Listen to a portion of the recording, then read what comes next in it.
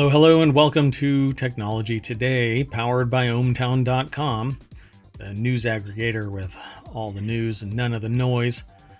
Today is May 5th, 2024. It's Season 1, Episode 11. Today we're going to be talking about robot car to test algorithms, self-driving trucks, precision pollination, robots learning to fall, robots that move through tubes, peptide noodles, samples of the moon, heat shield problems, chasing down space junk, and self-driving Waymo. Everything is brought to everybody by ohmtown.com.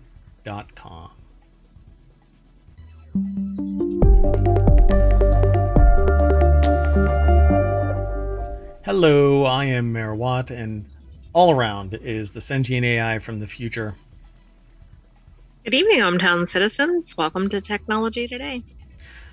We've got all 10 of the articles all set up, so we're going to be able to get through this. I am very conscious of everybody's time, so I try to keep the show limited to an hour, but sometimes some of these articles go a little deeper. We'll see if I can keep it all still within an hour. If you are in chat, thanks for hanging out. If you are not, I hope you're watching the VOD, and if you're not watching the VOD, you're following us here on Twitch so that you're informed when we actually do the show. And then you go over to YouTube, watch the show over there, like, subscribe to each of the videos. Be sure to like each of the videos. It really does help out with, it's the only way we're going to get discovered. Yeah, that's pretty much the only way we'll get discovered is you telling a friend and liking the videos. That's why then it gets distributed more. So be sure to like. Go over to Apple or use a podcast catcher and download the ohmTown network of shows. There's 1,000 videos out there now, close to 1,000. There's 1,000 podcast episodes and videos now across the 7 podcasts that are now live over on Apple and wherever you catch pod. All of these videos, by the way, the ones that are here on Twitch, get sent over to YouTube after the show. So let's get into today's aggregated weekly news. Actually, it's this week's news. So you can always go to ohmtown.com, and then in ohmtown there is a Technology Today group. We call them channels because that's what we do here. It is the Technology Today channel.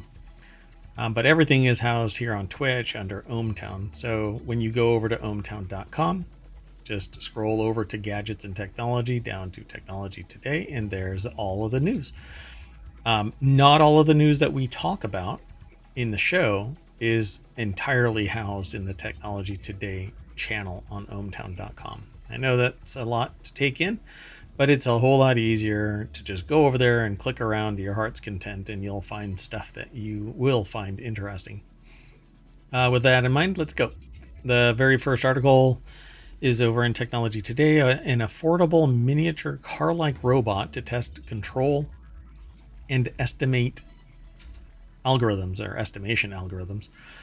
The development and testing of algorithms for robots and robotic applications typically require evaluation in both simulated and physical environments. Some algorithms, however, can be difficult to deploy in simple hardware experiments due to the high cost of robotic hardware or to difficulties associated with setting up this hardware inside robotics labs.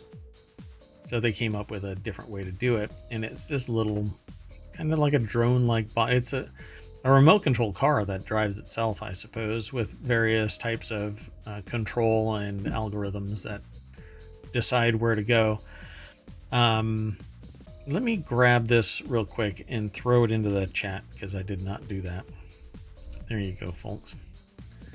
So Ingrid Fadeli over at Tech Explore, and that's where this is actually housed, techexplore.com, put the article together. A team of researchers at ETH Zurich's Institute for Dynamic Systems and Control recently introduced a new miniature car-like robot and an associated software kit that could simplify the testing of some algorithms of robotics applications.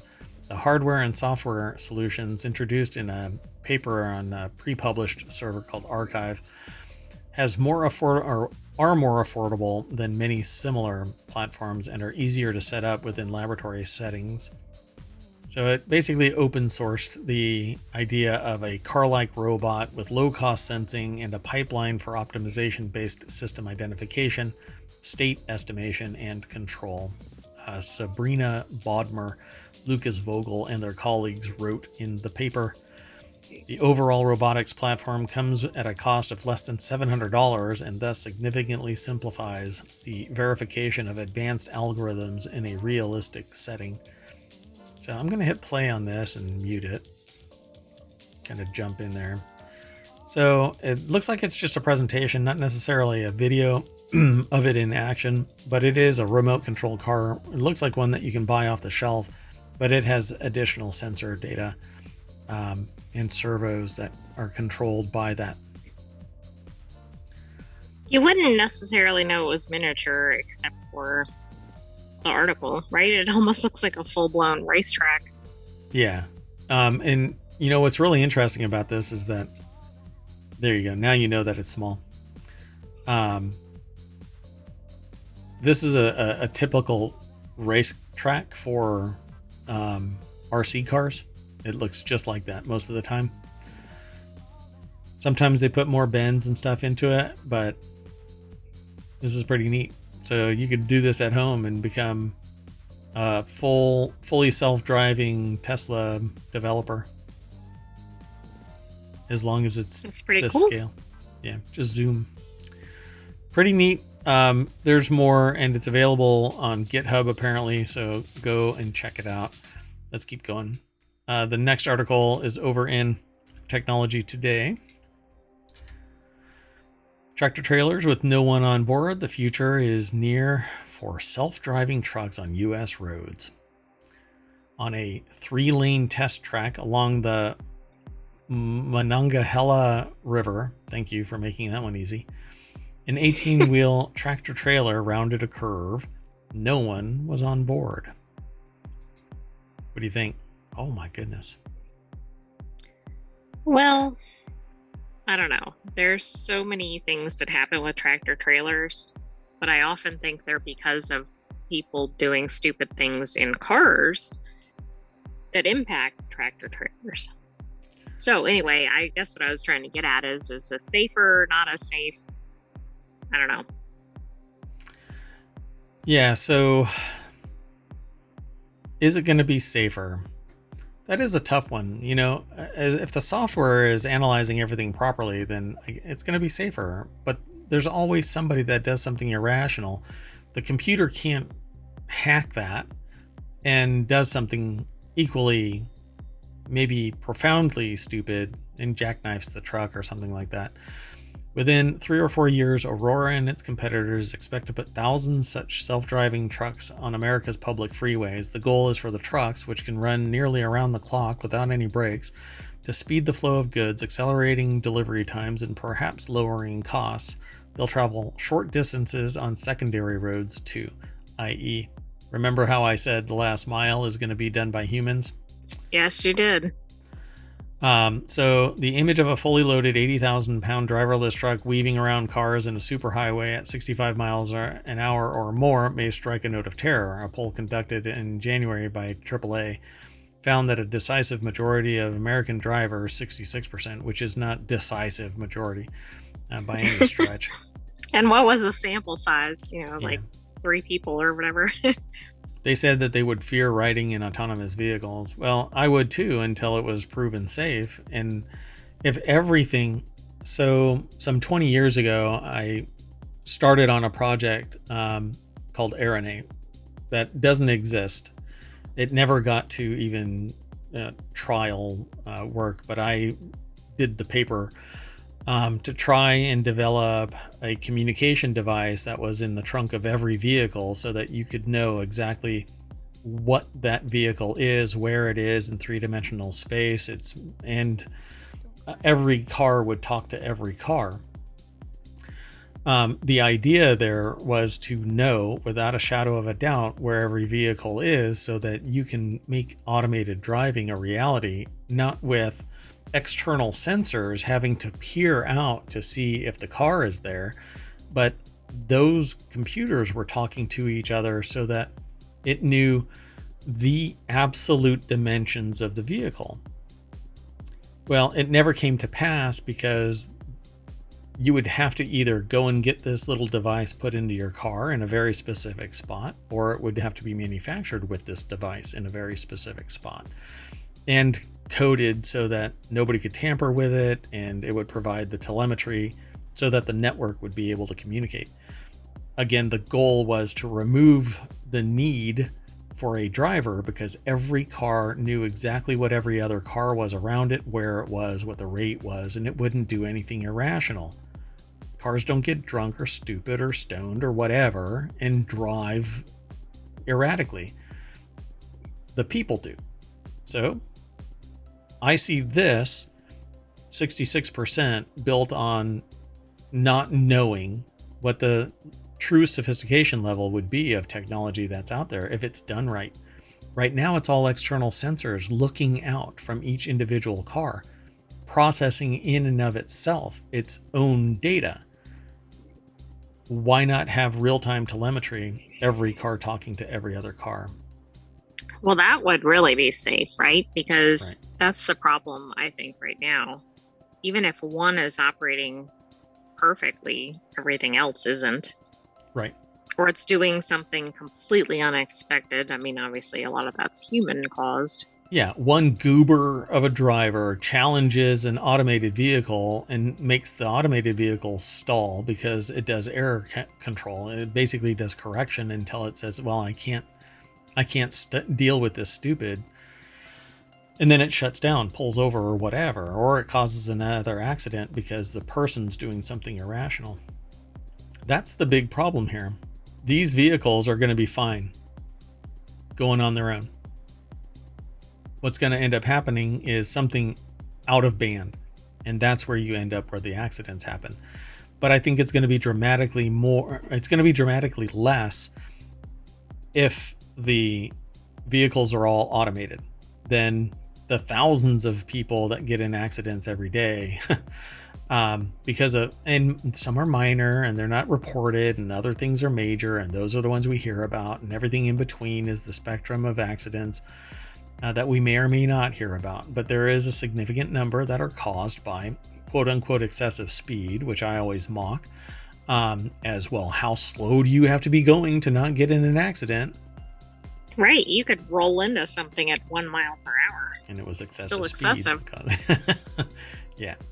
So I think that's this idea, RNA, the web, basically a spider web of computers talking to each other in instant real time, like just fast and furious. They're talking to each other, and it's optimized so that as you pull away from the communication tiers of cars around cars, the delay might still be there, but it's telling this is where the car is, this is the type of car, this is the location of the car between the lanes and between each other, and the speed, and etc. And it doesn't even have to divulge anything about the occupants or the destination or anything. So I just think that it's something that I think should be researched instead of all of these sensors looking out having to be processed. Just grab the telemetry that's being provided. So if we put a vehicle on the road that isn't sufficiently safe, that we aren't confident in the safety of, then it kills everything else. That's the idea here. Because people don't feel it's safe, policy and procedure is going to basically, disable it from being launched. But I certainly do believe, again, here's that sensor array. That has to be on each side because it's only a blind spot seeing one side of the vehicle. Exactly.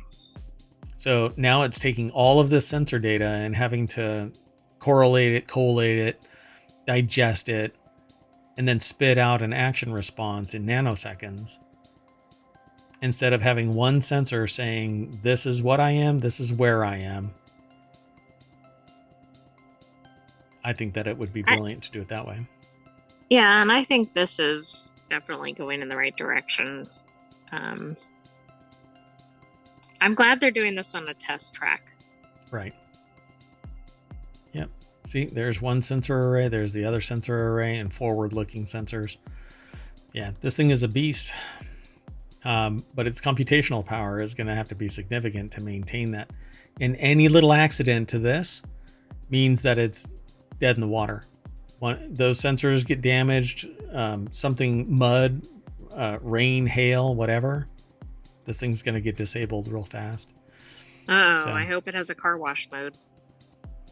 yep, otherwise you'll be pulling over if the rain's too strong. Anyway, it's a neat article, so go and check it out. Let me throw...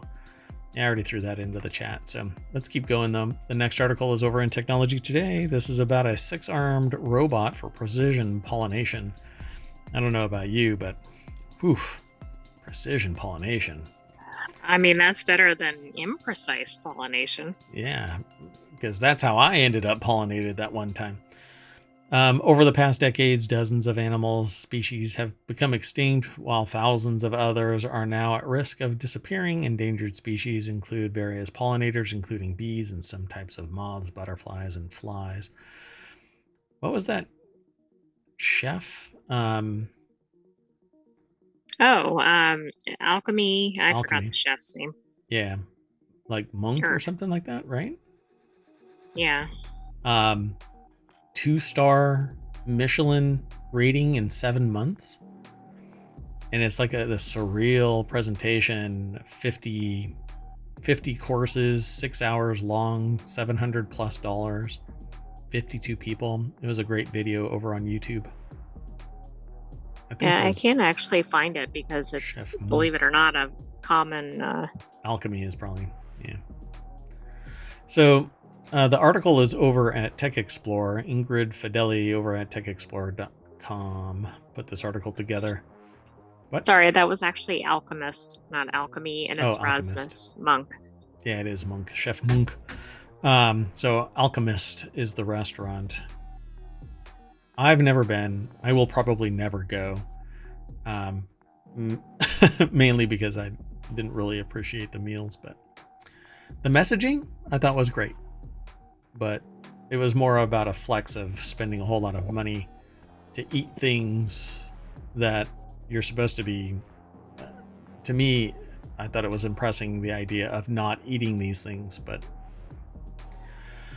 hey, that's just my take on it. So, as pollination is an essential step for the growth of fruits, vegetables, and seeds, the extinction of these species would threaten food security worldwide. Some engineers have thus been trying to develop alternative pollination approaches that could be easily implemented in real world environments.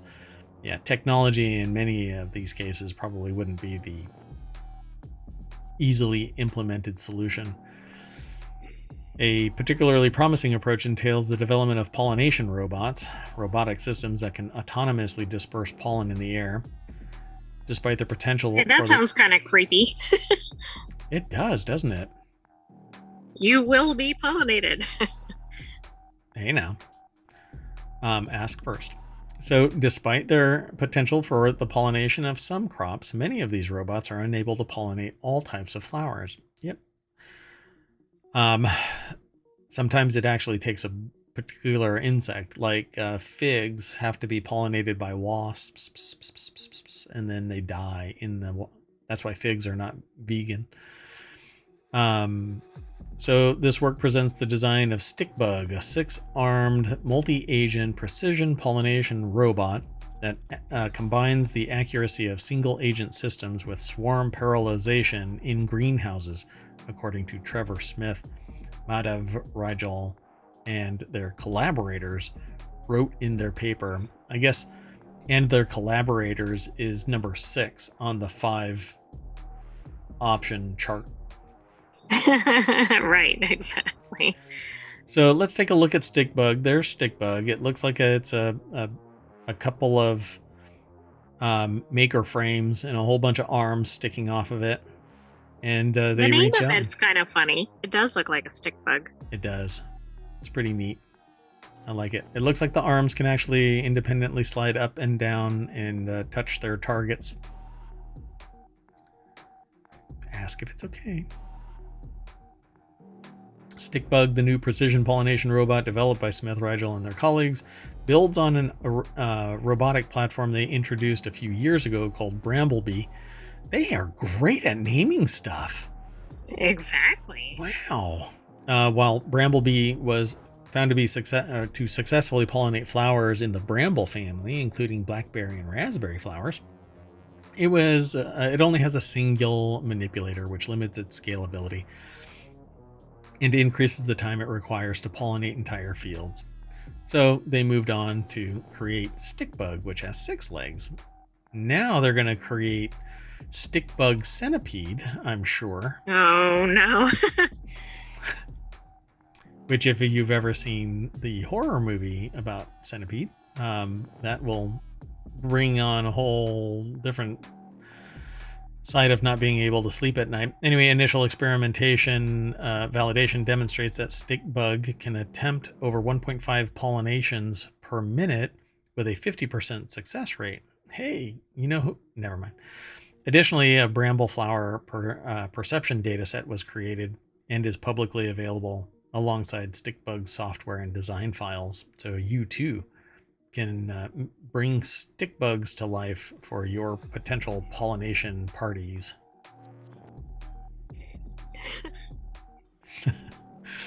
No? Let's No. keep going. Do you want an invitation to that or no? I've been to some weird parties. So the next article is over in Late Night Geeks. Humanoid robots are learning to fall well. Not fall well, the person. Fall well. Fall well, as in if they fall down, they fall well. Have humans mastered this yet? Yes, they fall down, they get hurt, they stand back up. The savvy marketers at Boston Dynamics produced 2 major robotics news cycles last week.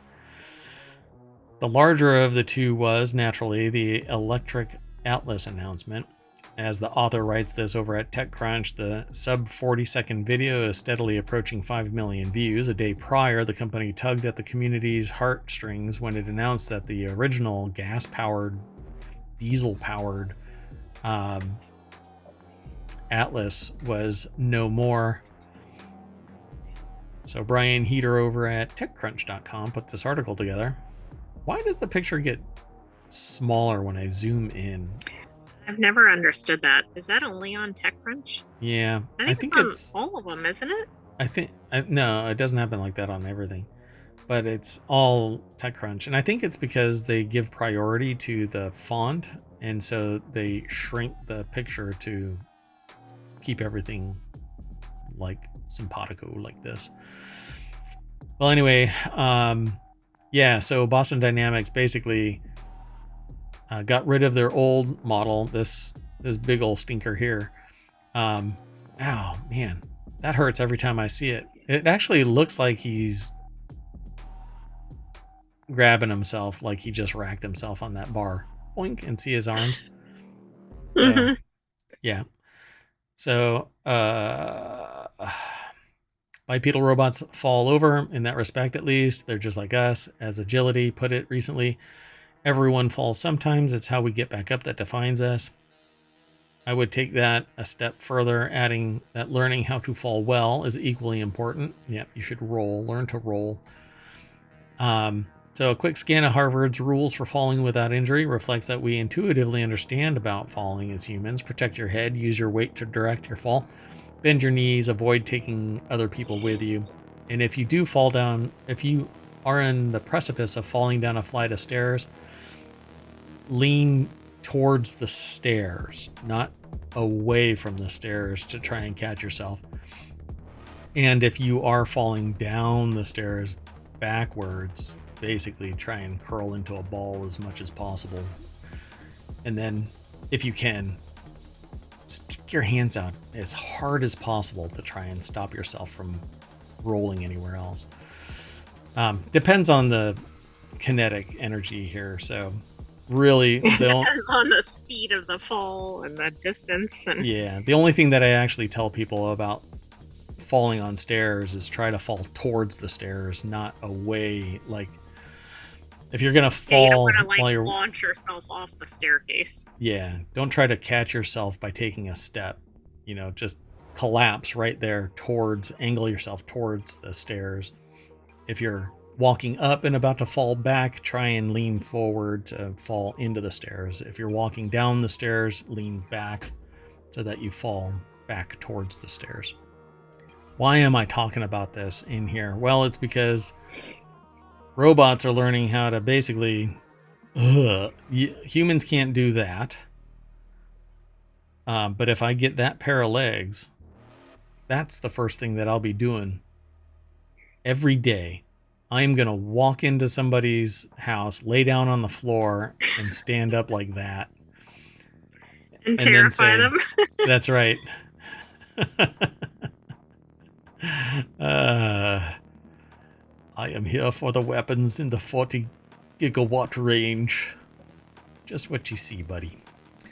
Anyway, No. so robots are learning how to. This is the cricket or something. This is one of those weird bots that walks like a chicken.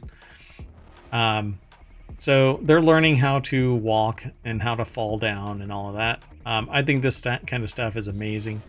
The one that really creeped everybody out, though, was definitely the Boston Dynamics one, bending its legs up over its back and just standing straight up, like, yeah. Yeah, and then it starts walking what towards looks you. like backwards, but yeah, exactly. Walking towards you backwards, and then it turns around and walks away going, I'm going to go kick a human's ass. Yeah. So Agility Robots has this bot, which I've seen several times now, and it always creeps me the hell out because it definitely looks like a robotic cricket. This is the kind of thing that chases you down a dark alley in a future dystopian robotic takeover kind of universe. So when Agility added arms to Digit back in 2019, it discussed the role they play in falling. For us, arms are simultaneously a tool for moving through the world. Think getting up after a fall, waving your arms for balance, or pushing open a door, while also being useful for manipulating or carrying objects. Co-founder Jonathan Hurst noted at the time. So this is kind of brilliant tech where they're starting to learn how to use their limbs to balance themselves instead of a gyroscope of some kind or in coordination with a gyroscope. So when they fall down, they basically learn how to stand up more efficiently. This, again, let me scroll up to this. This is unnatural getting up. But again, if humans could do it, we'd be doing that all day long and way more comfortable with the creepiness factor of this. This thing dropped into the uncanny valley so fast when it did that, people around the net were sitting there going, ew. So, Boston Dynamics, read the room. Don't do that demo anymore. So, the article goes into other detail and talks about it with other people. One of the humanoid robots' main selling points is their ability to slot into existing workflows. These factories and warehouses are known as brownfield, meaning they weren't custom built for automation. In many existing cases of factory automation, errors mean that the system effectively shuts down until a human intervenes, but now you can send these robots in to intervene. And that kind of speaks to another article that we have talked about where somebody was poo-pooing the idea that artificial intelligence was going to come in and take jobs. You tell me anywhere, AI alone, right, I understand that. AI alone can't do much because it's human-centric. It has to be enabled by humans. The moment you put in AI inside something like this, or God forbid this, I'm not even a religious person, but you put an AI in this, yeah, you tell it to go wash the car, and it comes over and smacks you like Cassian and Andor and goes, you go wash the car. And there's a fresh one if you lip like that again. Anyway, pretty cool. Yep. Can't wait until we have our robot overlords. And I think we're getting pretty close to it. Oh boy. Don't go calling your friends. All right, so the next article is over in Technology Today. Miniature wireless robot that can effectively move through tubular structures. Tubular structures, man. Ha ha ha ha. Sorry. Come on, Merwat. Robots have already proved to be promising tools to complete complex and demanding maintenance tasks. While engineers have developed a wide range of robots that could help maintain and repair infrastructure, many of these robots need to be plugged into external power sources, which limits their real-world application. True. Ingrid Fideli is pretty busy over at techexplorer.com, apparently, because this is like the third article today that I've... I know. She must be writing some really spectacular stuff. This is interesting, and I've already improved on it based on what I see. Because Wow. this has what seems like a tremendous... Okay, I'll have to wait. Let me see more. So researchers at Max Planck Institute for Intelligent Systems, Harbin Institute of Technology, and Hong Kong University of Science and Technology recently developed a new wireless miniature robot that can move through pipes and other tubular structures without relying on external power source. This robot, introduced in a paper published in Science Robotics, could help to effectively solve complex maintenance problems while minimizing damage to pipes. Wireless millimeter scale robots capable of navigating through fluid flowing tubular structures hold substantial potential for inspection, maintenance, or repair use in nuclear, industrial, and medical applications. But this is millimeter scale, so let me correct. I don't know if my solution would be able to improve upon this at the millimeter scale. But I mean, couldn't you go nanometer? not necessarily with the technology that I'm talking about, but they have a scaled picture of what this thing looks like. And so it basically has 4 wheels angled towards the core of this item, this gadget, this whatever it is.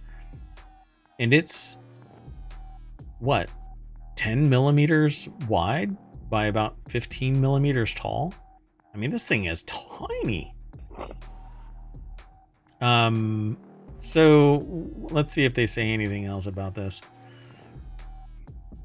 Proposed flow-powered tube Milla robot offers controllable up and downstream long-distance navigation in complex pipelines for diverse applications. But it doesn't have any telemetry capabilities. You'd have to monitor this thing from outside. And yeah, I could probably improve on this based on what I see. But interesting. This is a very interesting proposal. But they have really, really tiny ones. This is really amazing. So the wheeled millimeter scale robot created by Hu and his colleagues has an internal impeller that can convert the flow of fluids in a tubular structure into mechanical energy. Moreover, the direction in which it's moving can be modulated simply by applying an external magnet. So, no power internally except what might be created by a flow of fluids through its actual structure. This is impressive. And the magnetic field. Yeah, and then to reverse it, you flip that field. Yeah. So you have to have the ability to control it externally. So we're not talking... My particular deployment would have been larger scale, not millimeter scale. So this may be like, other than this might be like the minimum viable product. This is where it starts and ends. Other than making it production capable and, you know, to mass produce and use in... This is like medical field type of thing. If you could create enough of a charge for visual inspection, then you could put this inside like arteries and run it through. Oh, absolutely. Like capillaries and It, veins. yep. Get it as small as possible with the same type of structure so that it can actually provide telemetry too. Wow, that's pretty amazing. Good on them. Chong Hung et al. Wireless flow-powered miniature robot capable of traversing tubular structures in Science Robotics, 2024. So if you're interested in this kind of stuff, this is definitely an article you'll want to follow from the show notes. Go check it out. Okay, let's keep going though. This next article is over in the Mobile channel. Aligned peptide noodles could enable lab-grown biological tissues. A team of chemists and bioengineers at Rice University and the University of Houston have achieved a significant milestone in their work to create a biomaterial that can be used to grow biological tissues outside the human body. Is it going to have googly eyes on it, though? Any scientific instrument would benefit from googly eyes being applied. I know somebody that has giant googly eyes on their storage cabinet behind their desk. So whenever I go to visit, there's googly eyes staring at me. Sylvia Cernia Clark over at Rice University put this article together for phys.org. They got a bunch of pictures here that basically shows the spreading of these noodles. Cell nuclei are stained blue. So I suppose this is the aligned peptide noodles connecting everything together. The development of a novel fabrication process to create aligned nanofiber hydrogels could offer new possibilities for tissue regeneration after injury and provide a way to test therapeutic drug candidates without the use of animals. The research team, led by Jeffrey Hardgerink, professor of chemistry and bioengineering, has developed peptide-based hydrogels that mimic the aligned structure of muscle and nerve tissues. Alignment is critical for the tissue's functionality, but is a challenging feature to reproduce in the lab as it entails lining up individual cells. So it took them 10 years, but they've been designing a multi-domain peptide that self-assembled into nanofibers, and these resemble the fibrous proteins found naturally in the body, much like a spider web at nanoscale. And so that's very cool. I guess they dissolve them and then extrude them in a salty solution. They were able to create aligned peptide nanofibers. Interesting. Oh, I was going to ask what's the application for this, but it looks like it's for basically biomaterials. Yeah, experimenting for biomaterials. Depending on what it is, I'd have to look. So depending on how this plays with other other materials, this could be introduced into like cultured meats and stuff like that to give it different consistencies, that's different true. presentations.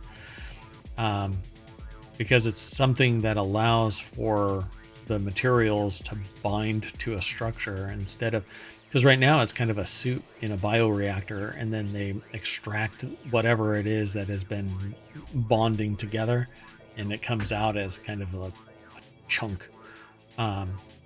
So there's a lot of lab-grown meat research being done, and I'm all for it, because if we can do away with basically massive farms and concentrating all of that food safety into a for-profit enterprise, all controlled by very few, one point of failure means massive cost increases, etc. Local community-based bioreactors that follow the principles of sterilization and growing the lab-grown meat. It's just like regular meat because it's real meat. Then you don't have to, delete animals just to get your protein. Yeah, that would be very good for sustainability of species and you do carbon the same thing. Emissions, right? Yeah, exactly. Yeah, you don't have to worry about and cows and other livestock create massive amounts of greenhouse gases. So, they're trying to genetically modify these animals so that they don't produce so much greenhouse gas, instead of bioreactors growing nutritious food sources that aren't, if you have a hard time saying meat all by itself, then become a vegetarian. But meat is a powerful source of protein and other nutrients to a degree.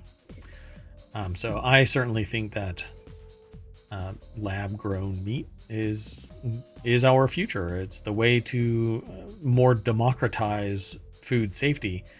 Because again, somebody got infected by bird flu in Texas.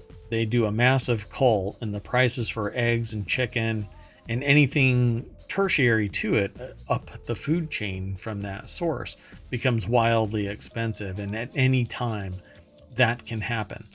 But if you have community based bioreactor labs growing meat, and it is on par with the nutrition profile of naturally occurring meat, and this is naturally occurring meat, it just happens to be in a bioreactor. Right, don't matter if you're like scraping it off a petri dish. Okay, I had just But lost. it is. I lost the discussion there. So yeah. So I mean, this could be an additional element to it, but obviously I'm outside this loop. So let's keep going. Speculation is one thing. My flights of fancy is akin to a billionaire's fever dream, except less capable of actually being made to happen. So anyway, this next article is over at Technology Today. China to launch world first mission to retrieve samples from far side of the moon. I think this is kind of Okay, wait a second. There's not really like the far side of the moon, right? But I guess it's the side that nobody's explored. Right. So the Chang'e 6 mission will advance Beijing's ambitions to become a space power and scientific force, but its steady progress has caused concern at NASA and in Congress. Meanwhile, our president says that Japan is xenophobic. Yeesh. Oh, I don't know if this is going to let me read much because they have a paywall and I'm not signed in. So Lyric Lee and Christian Davenport put this article together. It's from the Washington Post. So China's methodical steps over the years to extend its reach from Earth orbit to the moon and even Mars have worried NASA, whose Artemis moon program is facing delays, and Congress. China has already successfully landed unmanned spacecraft on the far side of the moon and brought back samples. Let me check something real quick here. Hold on a second.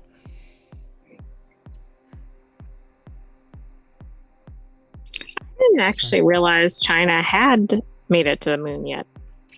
Yeah, there's actually been a rocket body crashed on the moon, and they've done other things like sent probes over. I think the aliens are going to stop them, but that's just me. So the Long March 5 rocket, topped with an 8.3 ton spacecraft named Chang'e 6, blasted off at 5:27 p.m. on Friday from the country's southernmost spaceport, the Wenchang Space Launch Site on the subtropical island of Hainan. In Chinese mythology, Chang'e is a woman who consumed an elixir of life before flying to the moon. Wow. There's alien mythology there. That is odd. Dun, dun, dun. So they're expected to arrive at the moon in about 4 days. Many gathered on Hainan's beaches to view the launch, which, like previous recent... that description is really frustrating, by the way. It is. By the way, I looked up, the far side of the moon is not actually the dark side of the moon. That's the thing that's really not accurate. Yeah, it's but it is exposed distinct from point. the near side. Yeah, it has a different terrain and everything. Is that what you need to be to look for? That's what I thought, and it's tidal locked, so that's why you see a certain angle of it, but it's not rolling the same way. So anyway, many gathered on the beach to view the launch. So I think this is interesting. I don't know what they're going to find. Over the next few weeks, the lander will use a robotic arm to drill into lunar dirt, scoop up some rocks, store them inside a sample container, and it'll transfer to the module and orbit before heading back to Earth. So this is basically, we could have done the same thing if we would get out of our own way and stop bitching about this or that. I mean, if we would stop complaining about each other on like TikTok or something, think about all the great things we could do. Again, you can't sit there and call somebody. I'm not gonna. it ends up being political. But people are bitching about the wrong thing, you know. Um, and Meanwhile, meanwhile, other planets are going to be so far advanced because they're going to actually look outward instead of griping internally. yeah, yeah. But I don't want to sit there and lean into a, a managed government and society. So I don't want to be a totalitarian regime either. I also don't want it to be a anyway. Yeah, we're not supposed to talk about politics here and technology today. So I'm going to move on. Correct. So the next article is over in Reality Hacker. NASA's Orion spacecraft has critical issues with its heat shield, report finds. NASA intends to use its Orion capsule to send astronauts to the moon, but a report has found issues with the capsule's heat shield could be a safety risk. Is this made by Boeing? Georgina Torbett over at digitaltrends.com put the article together. This is actually, I thought it had been mentioned before. I'm not a big fan. Well, I'll leave it alone. The report from NASA's Inspector General was released this week and details issues with the heat shield, which lost some material during the first. That's it. It is this. So during the first flight of the Orion during the Artemis 1 mission in 2022, the report says that the Artemis 1 mission, which was uncrewed, revealed critical issues that must be addressed before any astronauts fly in the capsule as part of the Artemis 2 mission. So they're talking But about it's not Boeing. It looks like it's Lockheed Martin via NASA. Gotcha. So this is the same kind of thing that if the heat shield isn't adequate or a small puncture or leak through the heat shield forms, the friction of flying back through the atmosphere could drill a hole through it and cause it a catastrophic unscheduled disassembly. That's not good.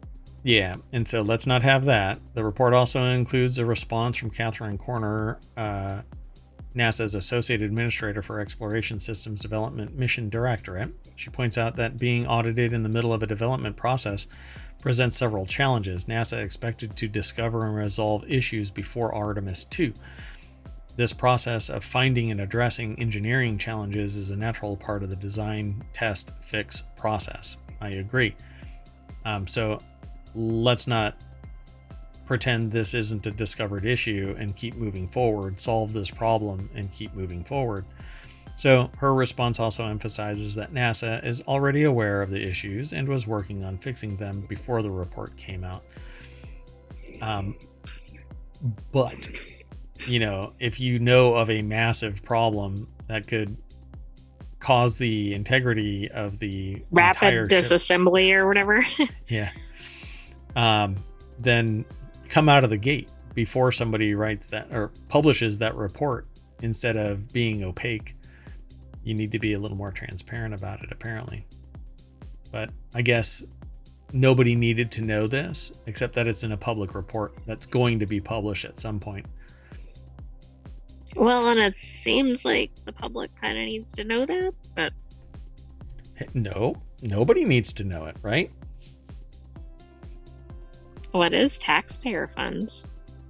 And it could result in the loss of life. So I don't want to be culpable of that. I want the highest level of accountability and responsibility for the safety, and that means everybody, all citizens of the United States should be saying, we want this thing absolutely safe, just like our planes. I know this one doesn't have anything to do with Boeing, but let's keep going. Next article is over. Well, we don't think so. Yeah, really. Wait a minute. Maybe they outsourced it. The next article is over in Reality Hacker. Japanese satellite chases down space junk. We've been talking about this from time to time. A satellite from Japanese company Astroscale has taken up close image of a piece of space debris that it has been chasing down. It's like this seems like a video game to me. Yeah, it's like a junkyard version of Ender's Game, right? Sending the spacecraft to neutralize space junk. There is a game out there called Space Hauler. I think it's called. Maybe that might have been what I was thinking about. And it's a VR game too. You know what? I would love that. You know what? Make it a game, plug my game into a little spacecraft out there that allows me to pilot the little controller over to space debris, turn around and shove it into, I don't know, maybe that multi-ton container that they dropped on down into orbit so that it would deorbit and the Except batteries it ended up. didn't really. I mean, it did, I guess, but a little too violently. Yeah, and where one piece ended up in somebody's house. Yeah, I would love to sit there and just like drop stuff in. If like the device, the system says, hey, you can grab this and throw it and it'll burn up, I would be sitting there. I would pay you, NASA, to fly this thing around. If you want a live service game, allow me and many, many, many others to just have a little robot up there that can dock with ISS and charge, and then run off and grab debris and fling it out down into deorbit. And I'd be happy. I'd stream it here on Twitch. Yeah, people would love it. So anyway, this is a picture of the space debris seen from Astroscale's Address J satellite. And they're going to go and grab this thing and deorbit it, is my understanding. The idea of Address J system is to inspect pieces of debris and to take images of them to determine their movements and condition in order to help understand how debris is moving for future removal operations. Honestly, I think that this thing should just have like a little BB gun that shoots like a sticky dart or something and hits it with Yeah, enough does it have like a energy. net or something like Inspector Gadget? It shouldn't be a net. It shouldn't hold on to it because that'll throw it really out of balance. But yeah, go Inspector BB gun, and it fires like a little gooey dart onto it so that it doesn't fly off and become a problem itself. But it hits it, and then just like compressed air just pushes it down into the an area that it automatically deorbits, you know. So just have it deorbit. That would be just brilliant. I would love that. Just stream it and I'd be happy. I'd watch that all day long. Let's keep going though. Next article is over in Technology Today. Watch Waymo's self-driving cars navigate a freeway. Hey. Oh, that's what you were referencing earlier. Yep, the autonomous ride-hailing company gave CNET an exclusive look at its latest endeavor. So, Abrar Al-Hidi over at cnet.com put the article together. And they have a bunch of text, but the only reason why I selected this is so that we could actually watch this. And I don't know if it'll actually play. What? What? What? What? Wow. So this is the Waymo vehicle tracking and demonstrating. See all these external sensors? They're all susceptible to outside influence. Yeah. And none of that is necessary. I mean, it is in the world's current state of automated vehicles. You need it to look around for everything because everyone else is the village idiot, right? That's kind of how you have to drive. You can't rely on somebody making rational decisions. You anticipate the worst. It's defensive and offensive driving when you need to. But that's LiDAR, a little spinning thing. And so are the ones that are on all of the corners. It's basically watching the whole world. And while it needs to stop itself from hitting obstacles and whatnot, if every car is set up to show every other vehicle where the other vehicles are, it knows its exact dimensions, then it doesn't have to worry about the other cars. It just needs to know about its position, its own position. Then then you can have something that scans but is only designed to stop the car from interacting with something that shouldn't be in front of it, behind it, next to it. Everything else is basically the systems talking to each other, saying this stuff is where you're supposed to Whoa. be Didn't safe. it look like they were about to run over the bicyclist? Yeah, all of that was like a I think it confluence was the of, perspective, but yeah, yeah, for sure. And I may be reductive in my observation of this. What the heck? Yeah. Um, but I certainly think that this is an overly bulky, complex, whatever. And again, in its current state, it's because it has to observe the entire world because there are so many other vehicles that don't have the interconnectedness. And then they die and they go off onto a different it looks like a topic. replicator. Um, yeah, it was a snack bar that drives around. We talked about that in the previous episode of Those Technology are Today. the critical problems we're solving on Earth. Very true. Pretty cool though. Let's see. Yeah, so that's what they were basically demonstrating, and they talk about it more in this article. But I won't go through all of that. You can go over and check it out. Follow the link through ohmTown. So that's the end of Technology Today. We didn't do too deep of a dive, so we always bring you back to the main. We get in the party bus and race down Main Street, and then we whack that welcome sign, and we might have an update or not. But while it's refreshing, I am Mayor Watt, and all around me is the sentient AI who is my co-host, or that is my co-host. Are you a who or a? You're a sentient AI from the future, so the AI is my co-host. Good night, hometown citizens. We will see you shortly for Four Wheel Tech. And Mayor Watt is going to go reboot his brain. See you in a bit.